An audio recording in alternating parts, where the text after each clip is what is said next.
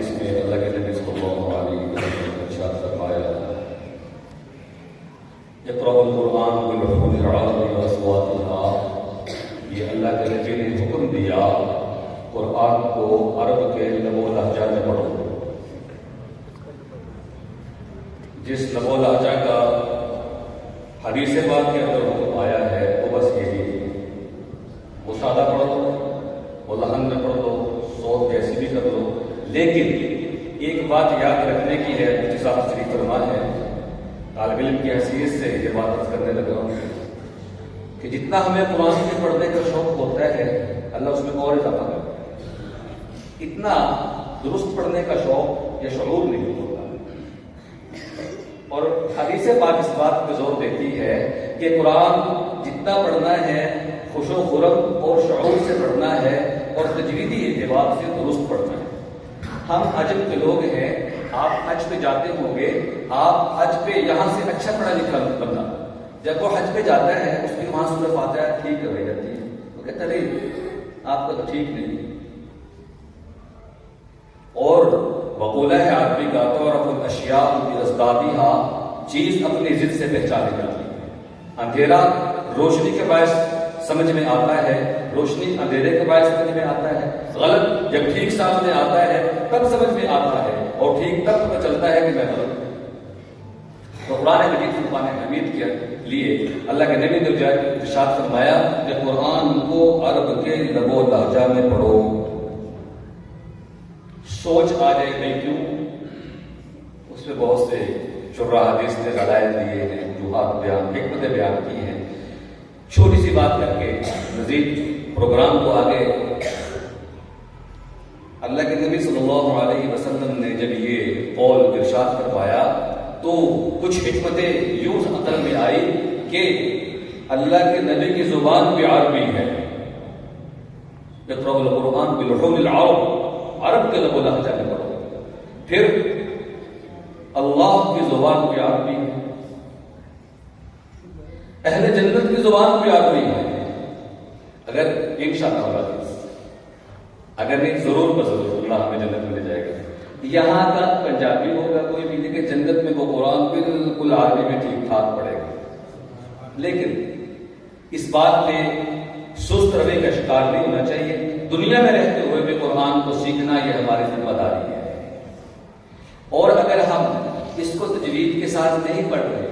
ہم سمجھ رہے ہیں کہ ہم قرآن پڑھ رہے ہیں، لیکن جب حدیث کے قائلہ کے سامنے اس بات کو کرتے ہیں تو بات پھر سمجھ میں آتی ہے کہ ہم درستگی پہ ہیں یا ہم کہیں سستی اور غلطی کا شکار تو نہیں۔ حدیث میں آتا ہے رب قارئ للقرآن والقرآن یلعن، بہت سے لوگ قرآن پڑھنے والے ایسے ہیں قرآن ان پہ لعنت کرتا ہے، اللہم احفظنا۔ اللہ کے نبی نے فرمایا، وہ اخبار کی بات نہیں ہے، وہ جریدے کی بات نہیں ہے، وہ عام بندے کی سوچ اور تخیل اور تفکر کی بات نہیں ہے، وہ شاعری کا نظام نہیں ہے۔ میرے اور آپ کے آقا سرکار دو عالم صلی اللہ علیہ وسلم ارشاد فرما رہے ہیں رب قارئ للقرآن والقرآن یلعن، بہت سے قرآن پڑھنے والے ایسے ہیں قرآن ان پہ لعنت کرتا ہے۔ اب بھائی وہ کون ہے؟ نمبر ایک، جس نے قرآن کو سیکھا نہیں، بغیر سیکھے پڑھتا ہے۔ میں اس کی بات نہیں کرتا، ہماری پوری فیملی میں الحمدللہ ناظرہ خان حافظ برابر پڑھتے ہیں۔ مفتی صاحب ہمارے والد صاحب رحمۃ اللہ علیہ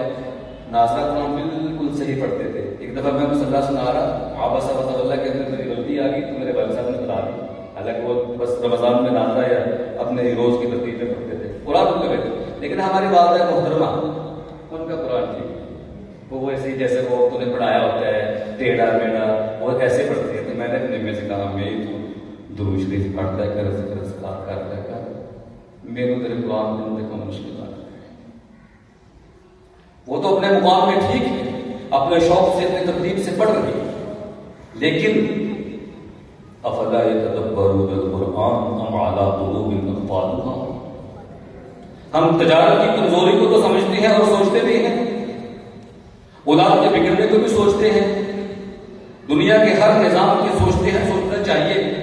کریکٹ ہونا چاہیے، دوسری طرف آنا چاہیے، لیکن یہ کتاب وحدہ، یہ لاریب کتاب جو اللہ نے صرف اور صرف مسلمان بندے کے لیے اتاری ہے، لا الہ الا اللہ محمد رسول اللہ پڑھنے والے کے لیے اتاری ہے، تو کم از کم اس نے ایک مرتبہ اس کا مانا ہے۔ اللہ نے کہا کیا ہے؟ ہم ڈگریوں کے مالک ہوتے ہیں، میں پورے وصول سے کہہ رہا ہوں، ان سے پوچھ کے دیکھ لینا، ایک مرتبہ سے ترجمہ اردو میں بھی نہیں پڑھا ہوگا۔ سیکھنا تو بڑی دور کی بات ہے، سکھانا تو بڑی دور کی بات ہے، ایک مرتبہ کیا اس کا حق نہیں ہے؟ قرآن ہر مومن کے لیے یکساں ہے، ہدی للمتقین، اللہ کا خوف دل میں رکھنے والے کے لیے ہدایت ہے، ہدایت کا سب چشمہ ہے، اور ہمارا پورا یقین ہے کہ کامیابی و کامرانی کا واحد راستہ قرآن ہے، اس کے علاوہ تو ہمارے پاس کوئی گائیڈنس ہے ہی نہیں۔ تو اس لیے ہم دور حاضر میں پریشان ہیں، ہماری تمام پریشانیوں کا حل ہمارے رب نے قرآن مجید میں رکھا ہے، لیکن ہم اس کے لیے تھوڑی ترتیب بنا کے اس پہ غور و فکر کریں۔ افلا یتدبرون القرآن، آپ قرآن میں غور و فکر نہیں کرتے؟ اللہ پوچھ رہا ہے کیوں نہیں کرتے تم؟ ہم اعلیٰ قلوب اقفالها، کیا تمہارے دلوں میں تالے لگ گئے؟ اس لیے دوستو قرآن پڑھنا چاہیے، ضرور پڑھنا چاہیے، لیکن آپ سے گزارشات کا التماس ہے، خدا را اپنے حال پہ رحم کھائیے اور قرآن کو تجوید کے ساتھ سیکھیے، قرآن کے ادب کو بھی سیکھو، تلاوت کو بھی سیکھو، اور پھر عملی زندگی میں بھی لے کے آؤ۔ ہم جہاں اپنے بچے کے لیے دنیا کے اعتبار سے ہر چیز کو بڑا مینج کر کے، کئی سروے کر کے، کئی دفعہ جا کے ادارے کے اندر پھر جا کے ایڈمیشن کرواتے ہیں، ہمیں اپنے بچے کی قرآن کی بھی اتنی ہی فکر کرنی چاہیے۔ اس کو ویسے نہیں ٹھیک ہے جتنے لگا رہے، نہیں، اگر یہی معاملہ ہوتا جو جہاں لگا ہوا ہے لگا رہنے تو 1,24,000 پیغمبروں کا آنا پھر بے مقصد نظر آتا ہے، بیکار نظر آتا ہے، اور پھر ہمارے نبی صلی اللہ علیہ وسلم تو لے کے ہی اس معجزے کو آئے، ساری عمر گزاری ہی اس معجزے پہ ہے۔ تو اس لیے ہم آپ سے گزارش کرتے ہیں، بچے آپ جہاں مرضی پڑھائیں، جو سے مرضی مسجد میں پڑھائیں، جو سے مرضی مدرسہ میں پڑھائیں، لیکن اپنے بچے کا یہ خیال کریں کہ یار اس کی تجوید ٹھیک ہے۔ آج تو یوٹیوب پہ تجوید ٹھیک ہے، بڑے بڑے سسٹم ہیں، تو اس لیے ٹھیک قرآن پڑھنا، اتنا قرآن ٹھیک کرنا جس سے نماز ہو جائے، مفتی صاحب بیٹھے فرض ہے۔ اگر ہم نے قل ہو اللہ سیکھی سورہ اخلاص اور ہم نے بغیر تجوید کے غلط سیکھنی، پڑھے لکھے آپ لہن چلی کر لی تو ہماری تو نماز کی قصور آتی ہوگی۔ 17-18 مواقع تو ایسے ہیں قرآن میں، اگر وہ آیت تھوڑی ہوئی سی زبر زیر کے حوالے سے غلط ہو جائے تو کلمہ کفر لازم آ جاتا ہے۔ ہم نے سوچے نہیں، ہم نے یہ سارا انجام یہ کیا ہے کہ بس مولوی صاحب کے ذمہ ہے۔ کیوں؟ کلمہ صرف مولوی صاحب نے پڑھا ہے، امام صاحب نے پڑھا ہے، ہاں اس کی بڑی ذمہ داری ہے، لیکن جس نے لا الہ الا اللہ محمد رسول اللہ پڑھا ہے، قرآن کے بارے میں سوچنا بھی اس کی ذمہ داری ہے، اس کو درست کرنا بھی اس کی ذمہ داری ہے، اور اپنی زندگی میں لانا بھی ذمہ داری ہے، اور اپنی نسل نیو جنریشن کے لیے بھی خصوص جو اس وقت بہہ رہی ہے اس کو بچانا بھی ضروری ہے، اور وہ قرآن سے بچ سکتی ہے، قرآن سے ہٹ کے نہیں۔ علامہ نے کہا معزز کے زمانہ میں مسلمان ہو کر ہم خار ہوئے تاریخ تو ہو کر ہماری زندگی کو پسپائی کا سب سے بڑا نظام وہ سبب یہ ہے کہ ہم نے قرآن کو چھوڑ دیا ہے،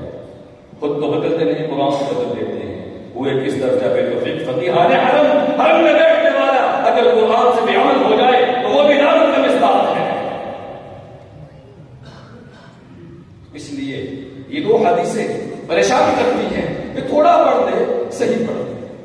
جی بندے پنجابی کہتے ہیں تھوڑا کر لو صحیح کر لو، سونا کھا لو تھوڑا کھا لو، سونا پا لو تھوڑا پا لو۔ تو دین کے اندر یہ شعور، دین کے اندر یہ کنسپٹ پتہ نہیں کہاں چلا گیا۔ اس لیے دوستو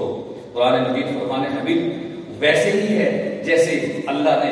1450 سال پہلے اتارا، اور قیامت تک ویسے ہی رہے گی۔ واسف علی واسف رحمۃ اللہ علیہ نے بڑی عجیب بات لکھی ہے، کسی نے ان سے اشکال کیا تھا کہ اس کا اثر بھی ہوتا نظر آ رہا جو ان زمانوں میں 7 صدیوں تک ہوتا نظر آ رہا تھا جب دین اسلام سفید میں پھیل رہا تھا، قطبہ مسجد سے مرکز اسلامی کے طور پہ لشکر نکل رہے تھے،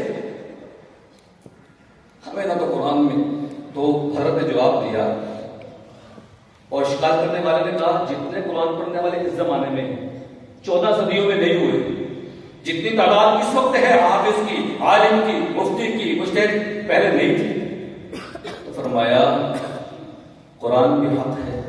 نزول والا فرشتہ بھی حق ہے، سرکار دو عالم کی ذات اقدس بھی حق ہے، اور اللہ وحدہ لا شریک بھی حق ہے۔ 4 راستوں سے یہ نیچے اترا ہے، یہ اپنی حقیقت میں تام رہے گا قیامت تک، لیکن بتانے والی زبانیں بدل گئی۔ یہی زبان قرآن پڑھے، یہی جھوٹ بولے، پھر یہ لعنت کا مصداق نہیں۔ یہی زبان کے اپنی مصطلح، اور جب مصلے کی باری آئی تو پڑھ دی، جب گھر کی باری آئی تو چھوڑ دی، تو پھر لعنت کا مصداق نہیں۔ یہی قرآن کے آدھا کا زکات ہو، بس تھوڑی بہت اوپر سے نکال کے حساب کر دیا، پورا نہ کیا تو فصل میں کافا، تو پھر لعنت کا مصداق نہیں۔ یہی کہتی ہے شادی پہ اللہ کے نبی کی سیرت کو یاد رکھ، غمی پہ اللہ کے نبی کی سیرت کو یاد رکھ، معاشرے کے ہر معاملے پہ اللہ کے نبی کی سیرت کو یاد رکھ، مارکیٹ میں اللہ کے نبی کی سیرت کو یاد رکھ۔ اگر بھول گیا ہے یہ کلمہ پڑھنے والا قرآن کی تعلیم کو، تو پھر علامہ نے کہا تھا خار ہی ہوگا، نہیں بدل سکتا، سونے کے اسباب پیدا کرے۔ تو ہماری پوری کامیابی اللہ نے اس کتاب میں، تو میں